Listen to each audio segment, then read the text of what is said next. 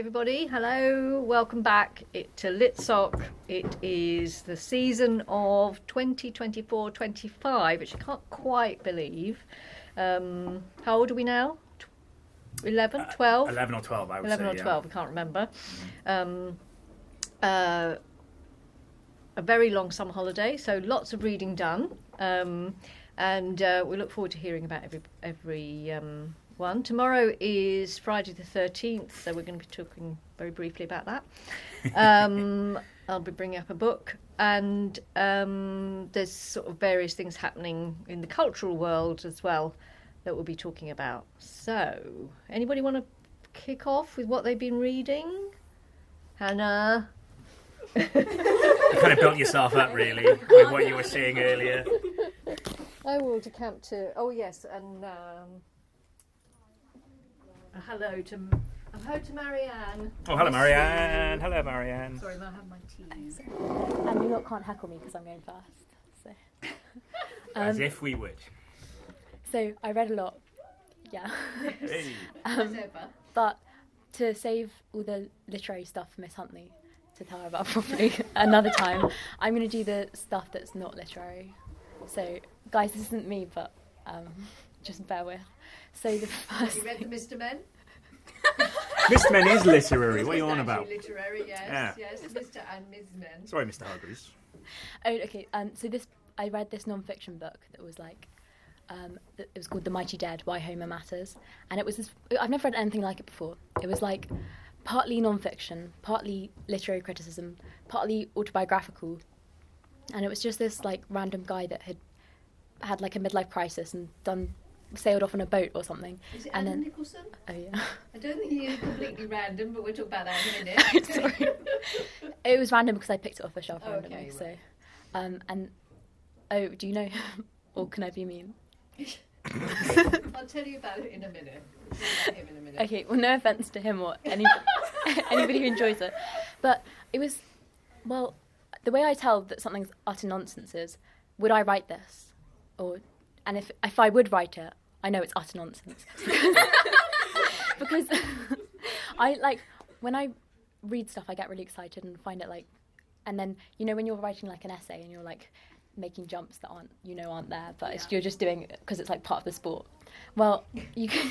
The sport of essay writing. Yeah. Okay. So that's what it's like. Yes. Yeah, it shouldn't be regarded as like an important piece of criticism because it was so bizarre and random. But it was enjoyable in and of itself because it was so beautifully written, and it was like every sentence like transfixed me. I had the book and I had a pencil, and it was so bad. Almost every sentence was underlined, and my family was making fun of me because they were like, "It doesn't help if you've underlined every single thing." But I was like, I have to because every sentence is really good, and he linked it to the modern day and how different interpretations like changed, but also experiences he'd had throughout his life, and why so many people find Homer interesting so many centuries after it was used. But then there was a weird bit where he was like trying to put across this theory that Homer was actually so much older than everybody thinks. But then the information he was using to back up this theory was autobiographical.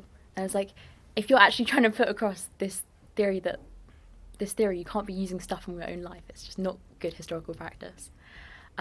So I would say read it as literature, but don't read it because it's like really nicely written, and all these episodes of him travelling across the world and stuff are lovely. But don't read it and think you're going to get anything from it you didn't already know. You might lose brain cells, but you won't. You won't gain anything. Sorry if you know him.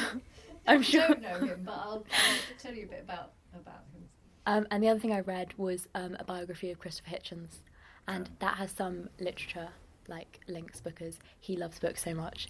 If you don't know him, he died a few years ago, but he was this very like harsh journalist. Also controversial to say the least. Yeah, he was also well known for being like an atheist and just doing loads of debates. And he just said what he thought, and had loads of unpopular opinions. And said some things like women aren't funny but the way he wrote was so magnetic and like just like so British as well, like sarcasm throughout all his journalism. So I thought it would be really interesting to listen to his autobiography because it includes lots of his opinions and like where he got his journalism from, but also his life story, which was so interesting, like how much he didn't know about his identity, and like because he was such a like bold and daring journalist, all the risks he took. But the best thing, I think, was he's such an avid reader. Like, he said that if he wasn't a political journalist, he would have just written about books or written books. He accepted that he himself wasn't a writer, but he could appreciate it in other people. Like, his circle of friends was all, like, the London literature community.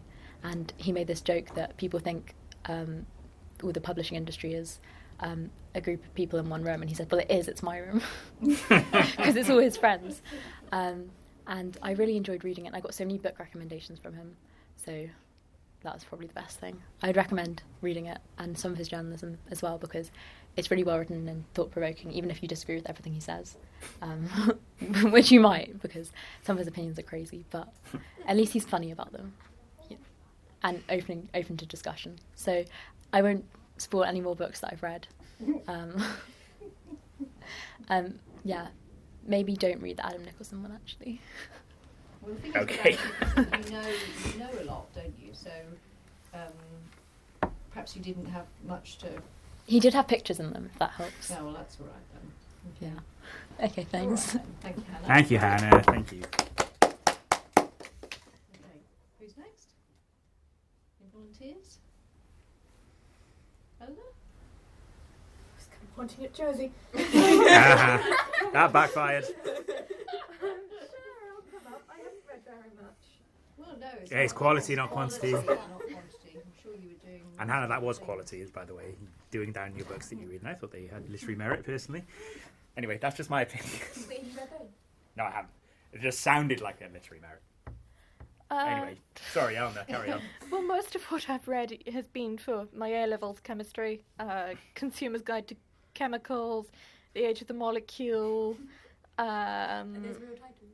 Yeah, The Age of the That is real Molecule. title. The Age of the Molecule sounds really that it'd take you everywhere, because after all, molecules are in everything, so... Yeah, well, it's a little bit funny because it's like the age of the molecule, but the molecule's, you know, kind of in every age. There isn't like a... Anyway, yeah, so those were quite dense. I'd say I'd recommend them more for if you are, like me, struggling to understand chemistry A-level and need help. They weren't... Were they helpful? Not really. The Age of the Molecule was more helpful because that was more textbook. That was more a textbook. If you want, like, fun chemistry reads that you might want to put on your personal statement or something like that, get something like... I read A is for Arsenic, which is like a history of poisons, and then it talks about Agatha Christie and her writing about poisons, which I thought was quite interesting. There was a book on dynamite... Oh, right. Which was okay. interesting because then also you've got the Alfred Nobel connection to that with a Nobel Prize. You know, if you want to put something on your personal statement, read something like that because it's a lot more interesting. Have you read the book about the Diamove? No. That's really interesting because that was a Victorian invention. I'll look it up in a minute. We'll see what it is, and brings in all sorts of things to do with Victorian science, Victorian commerce. You know, it was this completely new colour. I know we think mauve has been around forever, but it actually hasn't. Purple, yes, but not mauve. So I'll pass it on to you. And then fiction-wise, I read The Fifth Season, which I thought was pretty good. That got nominated for something at some point. Pretty good. I read some of Robert W. Chambers' work. He was an American horror author. Mm-hmm. Also pretty good, but I read a decently terrible short story collection where they'd just taken out parts of his long stories and stuck them in there with a big paragraph explaining what had happened before the short story. It was... Oh dear, oh dear. Very lazy. It was... Story. It was very That's lazy. not what a short story is. No, exactly. Exactly. I think they might have run out of short stories. I think it was like the 6th anthology of his work, so at a certain point. But it was pretty incomprehensible. Leave it there then, innit? Okay. And then I read. I read. What was the one I got recommended? The Night Manager, something like that. I talked about it Yeah, last that'd be one one. of those two. Yeah. That's Yes. really good.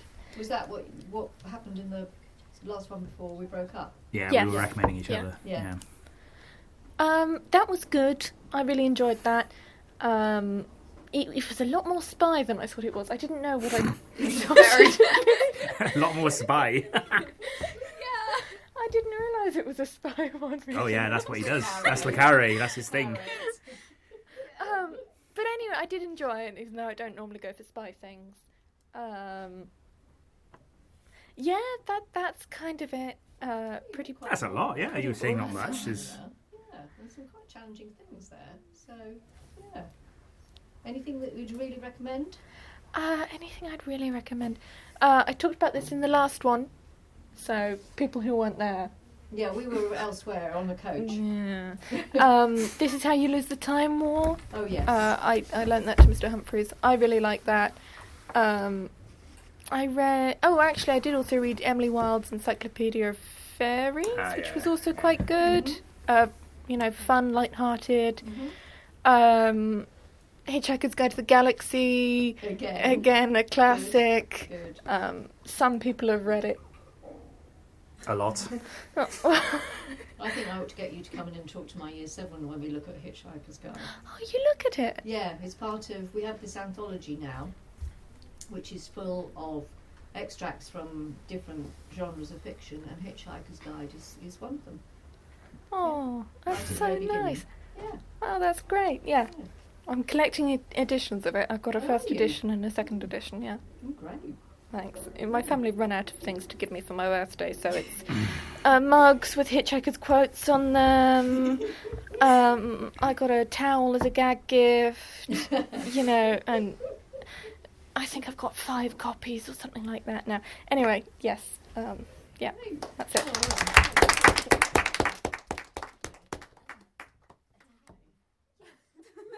Esther, you want to... Do you want to go first? I don't mind. You can go. Okay, cool. I didn't actually read this book. I read the first book in the series, but it's the Truly Devious series, which was what's the first book called? Truly Devious. Oh, Truly Devious, sorry. And it's like a murder mystery. It starts out as a cold case and then becomes a murder mystery, which is quite cool and interesting. That was not the only thing I read. I also read Tinker Tailor Soldier Spy, another John le Carre. Great book. I loved it. It was. I'm gonna have. Yes. No, I didn't. I'm gonna have to read it again a couple times because it's quite hard to understand. I did understand it, but I need to. Somewhere, probably, I don't know if it's on BBC iPlayer at the moment, but it does come back from time. There's a film. You watched it? We watched the Not film. the film, the series. The series. Yeah, the series The from series is much, much better. Okay. 70s, 80s, was it? Yeah. From the 79, it was on when I was in my first term at university, and because nobody had obviously computers or anything. If you were very lucky, I had a portable TV, but we all went and sat in the TV room, and everybody was going, I don't know what's going on. What on earth's going on? Nobody knew. And I started reading the book, and I was sort of pacing myself, and didn't guess. Yeah. Yeah, it was very, very exciting. It is very exciting. Very suspenseful. Oh, great. I also read The Burning Chambers by Kate Moss. Mm-hmm. That was really good. I really enjoyed it. I learned a lot about the French history.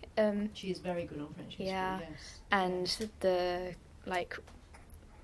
was it like a war between the Catholics and Protestants or something? I don't really Yes, I think that 30 one. years Huguenots. war. Yes, it's It the- was, yeah, it was She really also cool. goes much further back in history as well. Yeah, Yeah. Nuala recommended me that, so Thank you, Lola. yes, thank you, Nuala. That was really good.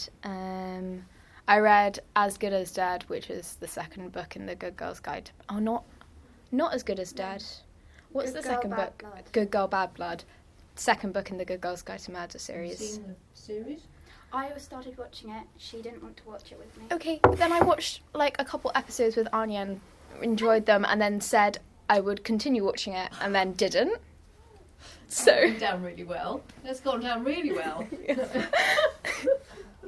Moving on. yeah, moving on. You should move on. Hang on, let me think. There's something else. If you've forgotten one or two, don't I can't worry. remember. It's fine. So Nuala did send me what she has read. So she read the Kate Moss books. Uh-huh. So the rest of the series that I was reading, and she reread Mary Beard books and The Seven Ages of Paris by Alistair Horn. Good stuff there. So a lot of history then. Yeah. Yeah. You're great. Thank you, Nina. And Phoebe.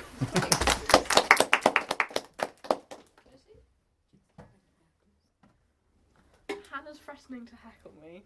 Yeah, I thought I heard it. You must have something in your ear then.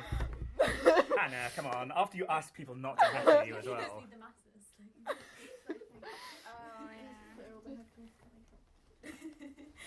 Okay. So. So I spent quite a lot of the summer reading stuff for my history and English anyways. So I started the summer reading Dracula, which was a bit of a weird thing to do, reading a very dark gothic novel in the middle of summer. Weather was really nice. I found that was a bit odd, but Yes. yeah. I did the same thing. I'll tell you about that in a Yeah, second. Yeah. But I enjoyed that, and also doing reading for my history and EA as well. So quite a lot of non-fiction with that. But yeah, I've chosen to talk about the few not non-fiction that I read. So I'm going to talk about Vicious, which Hannah thinks I'm too big a fan of, and she doesn't think too highly of the book. But anyway, I read it in a couple of days. I wasn't so well on holiday, so I was just stuck inside, and so I read the book. I thought So who's it by? V. Schwab, Right. who wrote The Invisible Life of Addie LaRue and The Near Witch. Near Witch, The Darker Shade of Magic books.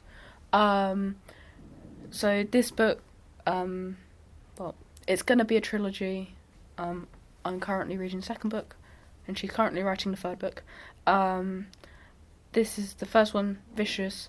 It follows two people at university, Victor and Eli, who are doing like kind of medical research, and as their project, there's this kind of rumor about these people called EOs, who are extraordinary people who, through some kind of freak accident, have superhuman abilities, and so they go on a mission to try and work out how they can claim those for themselves. And they basically discover that through a near-death experience that they can do that. So that's kind of the premise, but then it also jumps 10 years in the future, where Victor has just been released from prison, and throughout the book you realise why and his main goal is now to kill Eli for what he did, but you don't know at the beginning. What did he do? So quite as dark as Dracula, really. Yeah. But then you get one of my favourite characters in the book is Sydney, who is, I think she's around 13, and she's just found at the side of the road by Victor shortly after he's escaped from prison, and so you have this weird dynamic of this pretty dark and heartless man then kind of feeling burdened to then take this like fairly cheerful 13-year-old under his wing, who Quite a familiar premise, isn't it? It's extraordinary how often this comes up in literature or in film. This older, but it's a The older person. Yeah. And Gets Taking slightly somebody- cheerful, and gets a bit defrosted. slightly annoying Yeah. child. Yeah, I bet you all thought of one example as soon as you said that. My example is Leon. Have you Yeah, seen that was my one as well. Yeah, but there's plenty. Which I just love. Lovely. Yeah, Natalie Portman as a very young. Very young. She's about 12 or 13 at the time. And was it Jean Reno? Was it? Jean Reno, Yeah. yeah. So- And Gary Oldman, who's. Oh wow, Gary Oldman. Still going as well, Gary Oldman. Totally. Somebody you wouldn't want to meet on a dark night. No, he's very good at playing villains, Gary Oldman. Yes, We'll say that for him. So yeah, I read that. I gave it a high score on Goodreads, and I saw that Hannah gave it a lower score, and then I then. So it's paperbacks at dawn, then, is it? Hey, I like that. Paperbacks at Dawn. There's a new And one. so I asked, just for a general interest, why Hannah didn't like it. Paperbacks at Dawn. What Yeah, about why debates? Hannah didn't like Rebranded it. that. And she said, can't remember. Next day I wake up with an entire essay from Hannah. But anyway, it's fine. We all have differing opinions, and we should be able to tolerate. And then the other thing I read, which is a bit different, Dead Boy Detectives, which is a spin-off from Sandman. Yes. Great.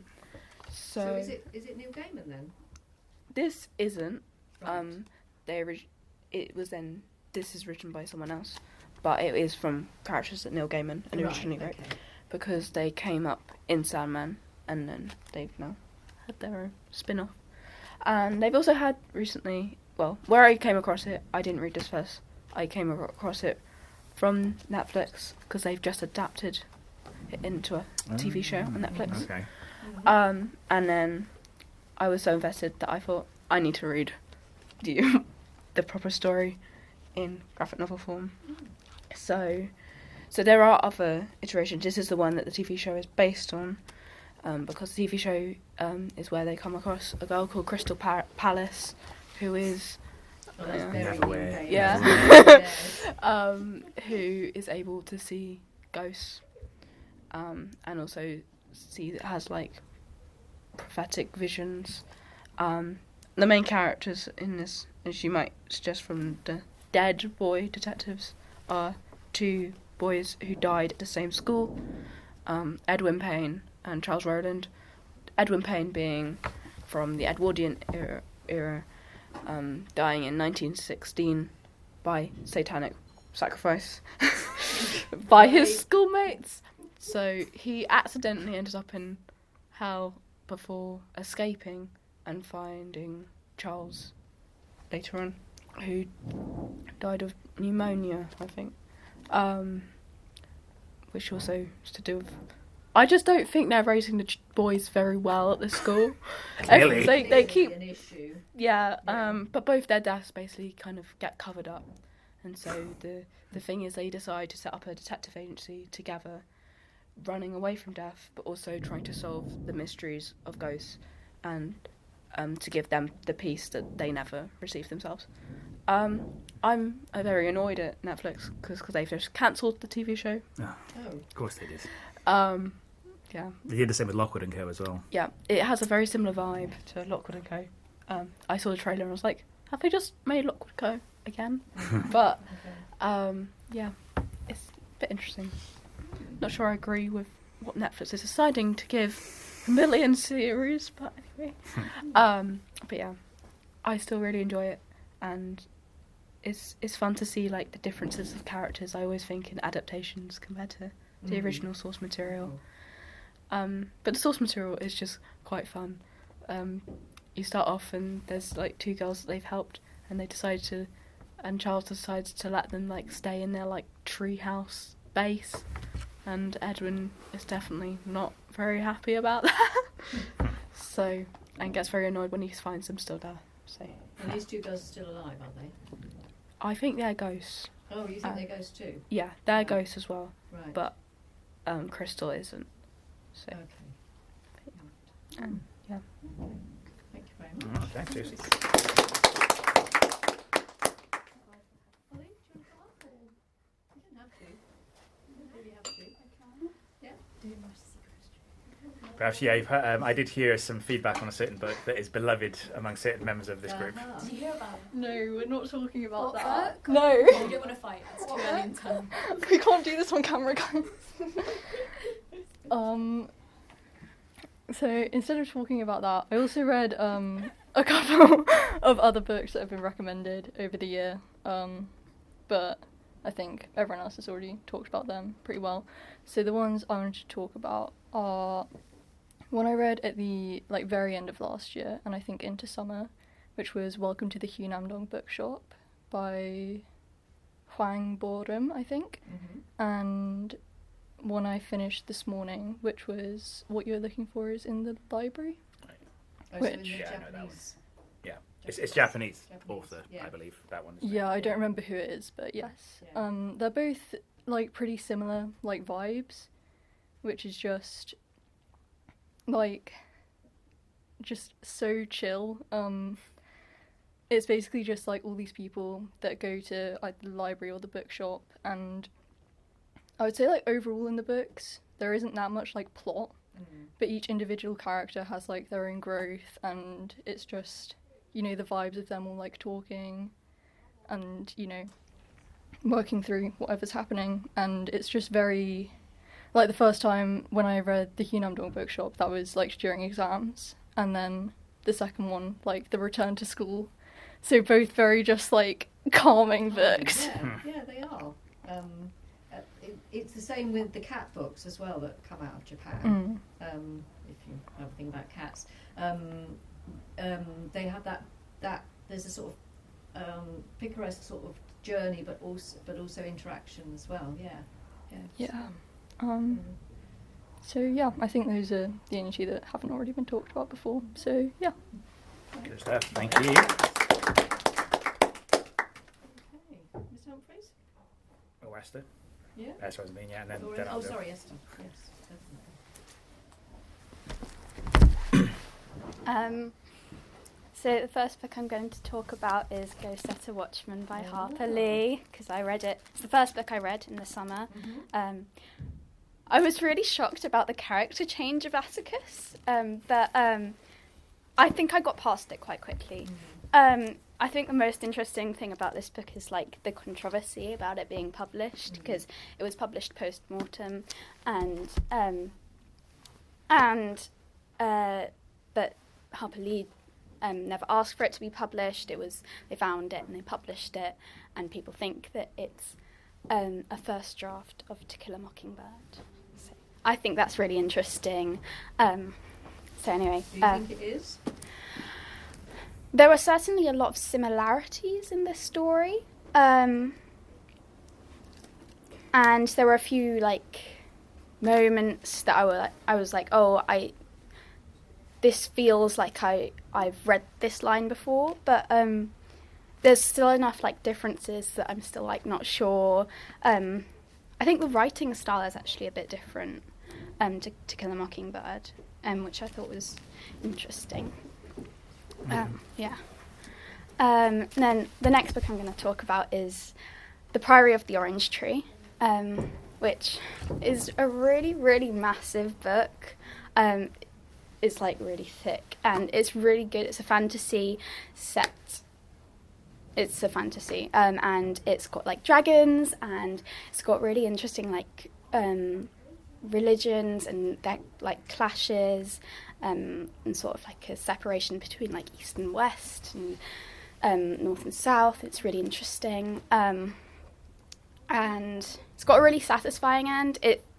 The end is very sort of typical of it ends with a big battle, and then sort of the afterwards. But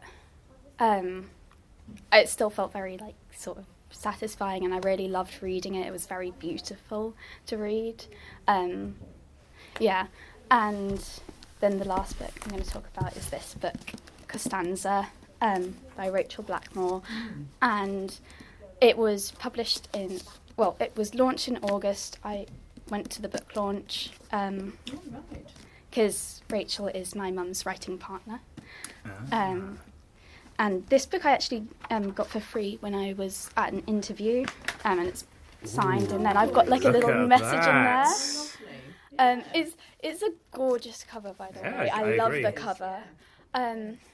But Costanza is set in 1600s, and it's about a woman called Costanza, obviously, and She was the muse of a sculptor named Bernini, and I'm not spoiling anything by saying, like, he eventually orders his servant to sort of cut her face and sort of disfigure her face. We already get told that in the prologue. So no spoiler there. It's not a spoiler. Like, in the prologue, it says, you know, he's been ordered to, like, sort of do something really, like, that's going to change, like, sort of. He's got a knife in his hand. It's like, but anyway, and really, It's a true story. it is. It's a true story. The way when Rachel was coming up with the story, it was actually, she was inspired when she was watching a documentary about Bernini, and the two men who were talking about it mentioned his muse and then just passed on. She was, like, really interested in who this muse was, and so it is a true story. Obviously there are bits that are fictionalized, but this it happened. But really the story is, like, about sort of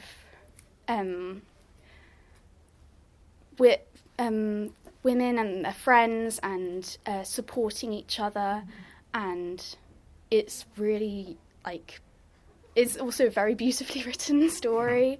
I really love the writing style, and it also, like, really makes you think about, like, the society then and how structured, like, it was, like, what women could and couldn't do, and how, like, some women would get around that or were forced into doing stuff that would eventually get them put in prison or killed. So it's really interesting, and I really love it, and I recommend it. That's really interesting, Esther. It's reminds me of the artist Artemisia Gentility. Yeah, I've heard of her. Yes, who had to take her rapist to court. And then we see it in her paintings as well. Yeah, she's got some really cool paintings. Yeah. Also, I didn't read it over the summer holidays, but I read it twice before, and I watched the TV series over the summer holidays, and The Handmaid's Tale I really, really recommend. I love that book. It's so good. So anyway, that's it. All right, thank you. Thank you. Really good recommendations this afternoon. Thank you. It's great. Great to hear what you've all been reading. Right, okay, I'll try and keep up the momentum then. All right, so yeah, I read a lot of things, which I'm not going to go through every single one of them, but a couple of things I haven't got here that I'll briefly mention. I read Greenwald, which is the Year 7 book. Shame that there's no Year 7s here to talk about. That's a lot of fun. She's the read-up author, and it's a bit, I suppose if I give it a potted summary, it's a little bit Narnia because of the world behind the door in Kew Gardens and the world of into a portal of wonders, but, you know, updated for our modern times. It's a little bit Journey to the River Sea as well, I would say. So yeah, very good book. I reread If We Were Villains, which I know is another one, is a bit of a favourite. I'd forgotten just how much Shakespeare is quoted, which is no bad thing. But you do wonder, okay, hang on a minute, did they actually speak like this? And she actually writes in her author's note at the back, yeah, people, they really do. They really do. So there you go. And I also read a lot of sort of European, avant-garde European literature, because a friend of mine, he works in Waterstones, he manages Waterstones, and he's been pushing it on me, and I read a couple. And I was like, oh, yeah, this is actually interesting, but quite esoteric. So I read a lot of that. But what I've got with me, I'm not going to talk about these too much because I did say to Miss Huntley, I'm going to do a Litsoc on Catherine Rundell at some point this term. All fans for Catherine Rundell, I hope? Yeah? Anyone read? Rooftoppers, Good Thieves, The Explorer. Now, Catherine Rundell is great. She's a brilliant, very talented author, and we mentioned Neil Gaiman just now. She's one of those rare authors who can write for children. Those books I mentioned. She's also written this essential little pamphlet called Why You Should Read Children's Books Even Though You Are So Old and Wise, which I'll talk about in more detail. This is true. Indeed. But I also read this. This won the Bailey Gifford Prize, non-fiction prize in 2022. It's about John Donne. When we think John Donne, I think a lot of us these days will think, oh, old in it, going back a lot. But he exceeded the definition of a Renaissance man. The things he got up to, wow. And yeah, Catherine Riddell just makes it all very, very entertaining. It's Living on the edge. absolutely, absolutely. And yeah, so there's a lot more to him than just being a very famous poet. He lived and a half, I think it's fair to say. So yeah, I'll talk about that as well. But this was a great book, so I read that as well. But I'm gonna hone in a bit on these two because first of all, Eleanor mentioned that she lent this to me. This is How You Lose the Time War. Eleanor, just remind us, just maybe a little bit about why you like this book so much. I just really like the writing style. I think it's very interesting. When I read it for the first time, I was kind of in a very long, boring fantasy book phase, and I just thought it was, a really nice change. Yeah, I would agree that it is a nice change from your typical fantasy epic, because these shelves are littered with your Cassandra Clares and your Sarah J. Maas's, and those are YA examples, of course, by the way, but there's plenty of adult examples too, where they're just big sprawling tomes, whereas you can see this is nice and succinct and to the point. And what I like about this, yes, it's very lyrical, it's very, very beautifully written. It's also co-authored, and look at that cool picture with of Amel Al-Motar, I hope I pronounced that right, and Max Gladstone. Look at them standing back to back with samurai swords over their shoulders. You want to be friends with these guys, don't you? And the premise is it's essentially two opposing soldiers who are at, it's like a sort of, have you ever seen Enemy at the Gates, the film Enemy at the Gates? To get a comparable example, where there's two snipers, Joseph Fiennes and Jude Law, versus, what's his name? I can't remember, Ed Harris as the Nazi sniper, and they like taking pot shots at each other. It's like that, only in space, and it's a bit, think more Dune. Bit like Dune, these sort of big space. It's got elements of space opera as well. The world building is great too, even though it's very, very short. It comes across very vividly, and yeah, it's just the relationship is very believably built because obviously they're antagonists, they're on opposing sides, but they fall in love. Two women, by the way, fall in love over the course of their correspondence, and of course it's antagonistic correspondence.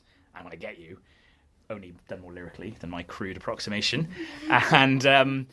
But then, I'm not going to give away how it ends, but I think the ending's just about right as well. So it was a lot of fun, and and if you want any more endorsement, Madeline Mill loves it. Okay, and Leckie. That reminds me, I got to tell you something about Mr. Murphy in a minute. And Leckie is a big sci-fi author, so it's got good sci-fi credentials as well. Okay, so Mr. Murphy, on the subject of recommendation, I just have to say this. I recommend. Is anyone a fan of Emily St. John Mandel, who's the author of Mr. Sebastian? Mr. Sebastian is. Anyone else? She did Station 11. Yeah. And I recommended to him a book called Sea of Tranquility, which is another sci-fi, because I know how much he loves sci-fi. And essentially it's because a lot of sci-fi I think we associate with physics, or science teachers love it. But it's sci-fi with soul. Sorry, what? Battles in space. Yeah, which this is a bit to a degree, only more subtle. But this is like sci-fi with soul, and it actually has elements of historical and contemporary thriller, as well as going far into the future. Split narratives. And Mr. Murphy just came in and he told me it's the best book he's read in years, and he as if I knew that this was the best book for him. So there you go, Mr. Murphy. Oh, that's nice. For you. So that's why recommendations work very well, everyone. So there was that. And then, has everyone here read 1984? Please tell me yes. Yes, you must have, surely. Or at least some sheepish looks over here. Okay, 1984 is a must-read. It is a book everyone should read because it's such an important book. This is Julia. Who's Julia? Those of you who read 1984, who's Julia? His girlfriend. Yeah, basically. Winston, the protagonist of the Everyman protagonist of 94, this is his girlfriend, Julia. They both work for the government or party. But this is not just a basic rewrite, it adds layers to it. Now, I'm not saying everyone's going to like it, but if you did read 1984 and you wanted, because it's a product of its time, George Orwell, he's a man writing in the 1940s. This is clearly written by a woman in the 2020s. Things have moved on, and it adds so many layers. Just to I'll give you a very small flavour of it. So you've all read it, so I'm going to give away, what happens at the end. Winston and Julia both get captured by the thought police, and they get brainwashed into doing the party's bidding. So this is after that, And so they've just met in the Chestnut Cafe, and they've had the I betrayed you, blah, blah, blah. And then Winston ends with, he loved Big Brother. This is what happens with Julia. It was a pain that would rule for 1,000 generations. The voice from the telescreen boomed indistinctly, and she stood with chin raised, gazing up at the enormous face of Big Brother. 27 years it had taken her to learn what kind of smile was hidden behind the black moustache. But it was all right. Everything was all right. She had won the victory over herself at last. She hated Big Brother. And it doesn't end there. There's another. Oh, yeah. So, and I'm not going to say what happens, but basically Julia, better than Winston, is what this is about. So I hope that's piqued your interest a little bit. So that's what I read. I'll talk a little about what I watched. This is another thing I must mention. I went to see Richard III in the Globe towards the start of the summer holiday. I don't know if you heard of this particular production. It was making a few headlines because Michelle Terry, it was an all-female cast. Michelle Terry, artistic director of the Globe, cast herself as Richard III, which caused a bit of controversy. It's like you taking away a potential role from a disabled actor, because obviously famous with The Hunchback and everything. But what I will say is that she was actually brilliant. She was so fantastic. The ultimate Jacobean villain there with the asides to the audience. I can't remember who played Buckingham, but she was brilliant too. And it was just a lot of fun, very interactive with the audience. There was a moment where, just before Richard gets crowned, they made everyone who was, I was up in the stands, but everyone who was, all the groundlings, they actually made them all kneel down. And if you didn't join in and didn't kneel down, then they would call you out on it. And they updated it for modern times. I was telling Miss Huntley about how they essentially riffed on Trumpism. So just for the interval, Michelle Terry bowed out, "We will make England pray again." So yeah, they added a lot of modern elements for our times. But there's a specific reason why I have to mention it. A service and high school pupil who is now in year 10, I won't say her name, she was in it. She played the younger prince in the tower. And she was very good. Yeah, and also I didn't know she saw me or not, but she did, because she sent me an email to say, "Did I see you in the audience? Did you enjoy it?" And I said, "Yes, I did, very much. Thank you, well done." So yeah, so good for her. In terms of what I watched, I think I'll just finish by mentioning that the second series of The Rings of Power, Lord of the Rings, is on Amazon Prime. Anyone watching it? No. Okay, fine, just me then. I think it's better than the first series. I did enjoy the first series. It's a bit like The Hobbit in a sense that, is this really necessary? And of course it's because Jeff Bezos is a huge fan of Lord of the Rings, so he just wants to get it out there. But yeah, it's developing nicely. We're starting to build towards, I don't want to go into too much detail. I don't know who's familiar here with the Silmarillion or the First Age and the Second Age, because obviously Lord of the Rings is the Third Age in Tolkien's universe. But we're building towards things like the Fall of Numenor, the Numenorians and the biblical flood that washes away. No, but they're building towards it. There's a lot of they're stretching it out, Miss Huntley. Should that surprise you? No, I suppose not. No. I mean, Sauron's only just regained. Well, I mean, there's a long way to go with him as well. But Sauron is only just starting to really cause a bit of mischief, and he's only Celebrimbor, the forger of the rings. Yeah. He's only really just started doing that with him as well. Okay. So at least we're getting to know of that. Yeah. Yeah. So Miss Huntley probably is more of an expert, obviously, with the course she attended and whatnot. I think Miss Huntley will. Silmarillion, I still don't remember it that well, despite having read it, and seeing my tutor in the summer as well. So you're far better on the earlier. Am I? Okay. Yeah. Well, either way. And Mr. Stone, of course. We need to get Mr. Stone in to do. Mm-hmm. I'll work on him again next time I see him. I'll remind him. So yeah, anyway, that's me. So that's what I read and watched over the summer. So thank you very much. Thank you. Hand you over to Miss Huntley now. Okay. Right. Well, I haven't got many of the actual books I read. I've got sort of things to people. Other books to remind me. I read Anne Patchett. We haven't come across Anne Patchett. I really recommend her. She really is brilliant. This is State of Wonder, which, if you're interested in science, is certainly one to pursue. But I read Tom Lake, which is her latest in paperback, and Tom Lake is about a group or a family really who originally meet in a production of Our Town. Now, Our Town is a very important drama for America, for the USA. I've only ever seen it on film, but it's one of those seminal plays where it represents small town life.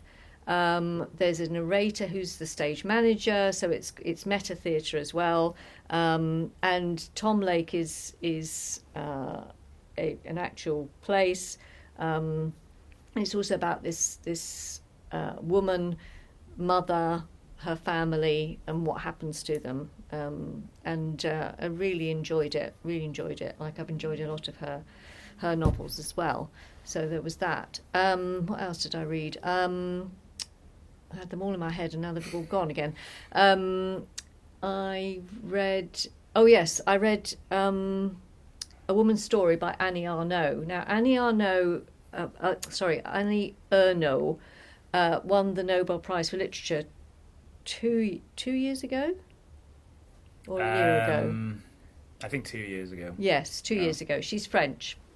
And her fiction's very interesting because it's all based on her own experience, but it is fiction, or at least it's seen as fiction. And A Woman's Story is about her mother, who at the beginning of the novel, it's very, very slim. It's all published in translation by Fitzcarraldo, who are known for their translated European texts. And she explores her mother's life. She's already written about her father, and I wanted to read her because there was so much about her when she won the Nobel Prize. Because it's a long time since a French author had won, and she's clearly very much respected. So I read that. I also read Zora Neale Hurston, who Their Eyes Were Watching God. Now this is. She is a novelist who inspired a great many black authors. This is published in 1937. It's the story of lots of different characters, but one particular and it's Janie Stark. We meet her when she's a child. You can see to some extent how she's influenced other black writers as well. But it's romantic, but it's also says a lot about women and the black experience. And it starts in that she eventually ends up in a sort of in a black community which doesn't seem to suffer the normal things that black communities do at that period, and there were black communities like this, and again, so she's writing out of experience, but I really enjoyed it, and again, there's this authentic black voice, so I really do recommend that. It's a bit more hard-hitting than something like The Help, or oh yes, much more so. Maybe a bit more like a Rage in Harlem kind of yes, vibe. Yeah. Okay. I mean, she's associated with the Harlem Renaissance, Langston Hughes, but also the relationships as well. There's a character called Tea Cake who's much younger than her, than the main character that she marries,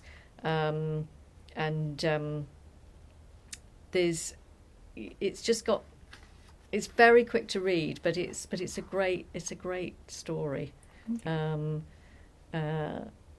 all sorts of American things like the store and things that I first came across in Maya Angelou and as well. So I really enjoyed that.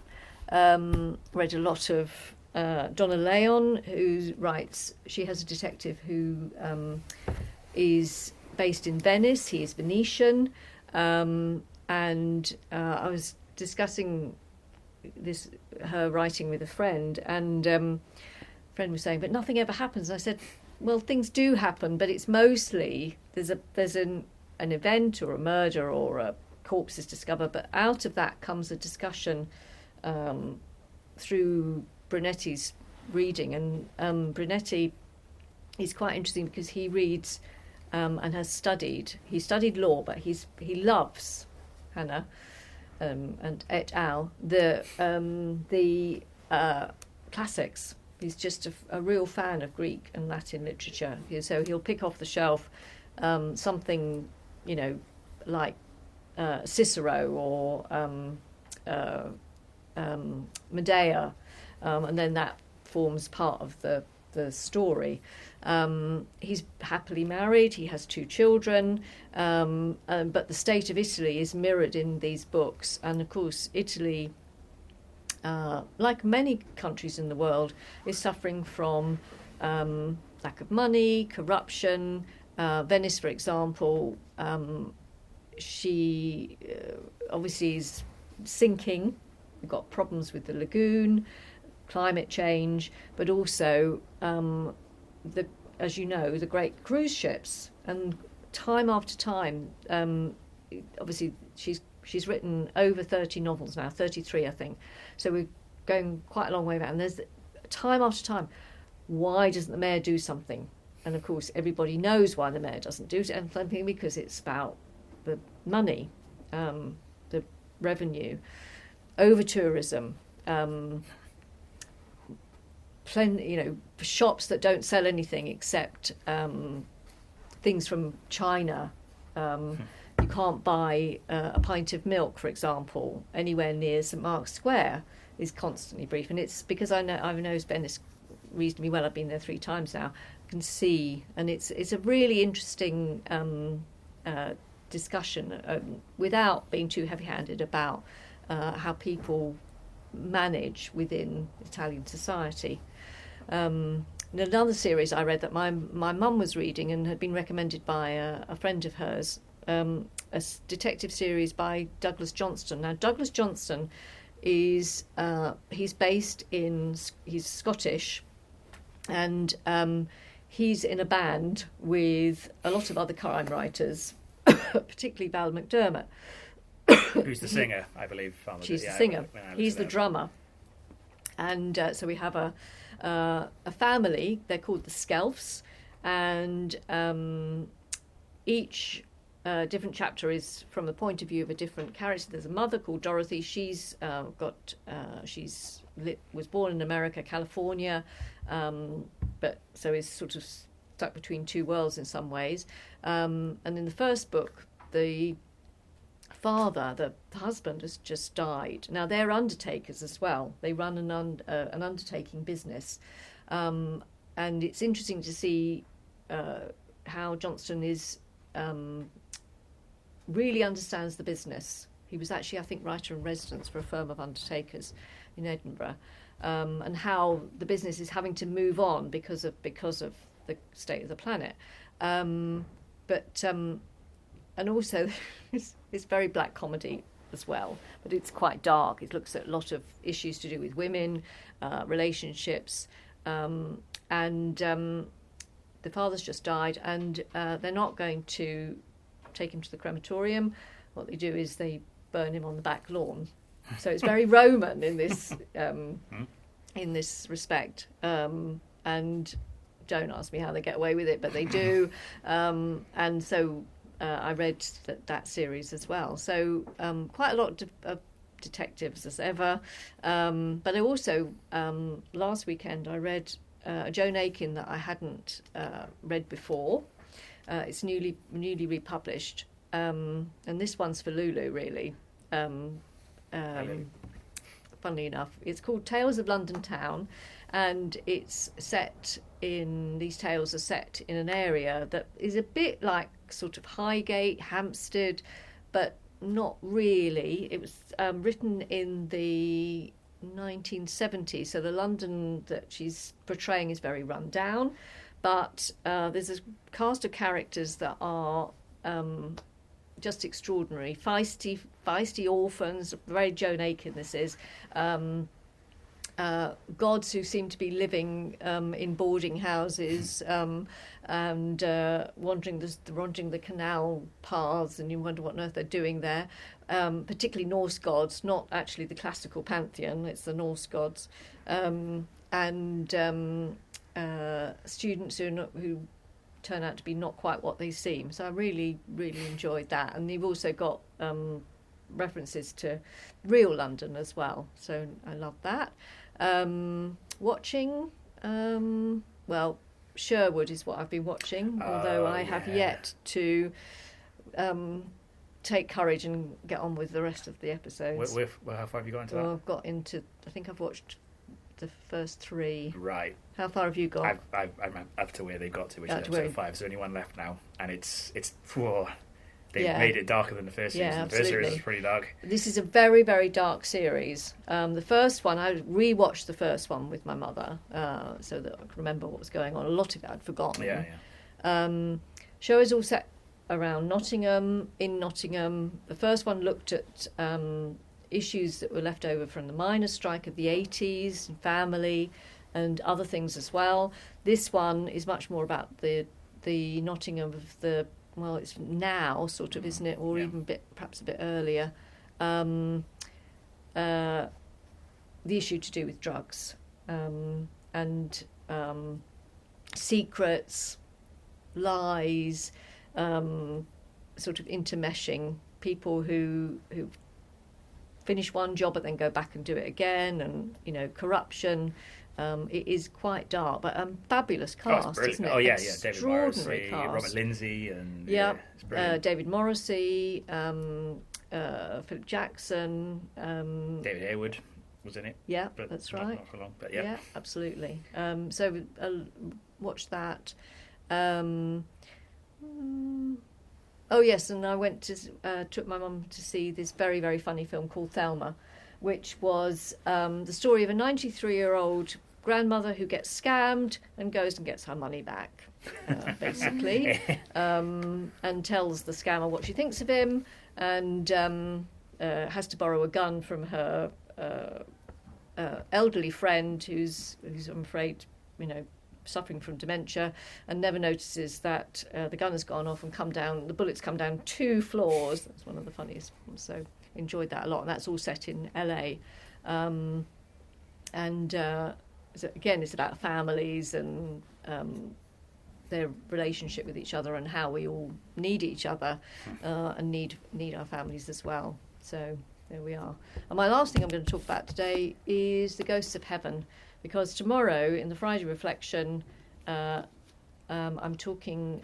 I've set up a reflection about Friday the 13th, and 13 comes into this, and 13 is a Fibonacci number. I think that's yeah.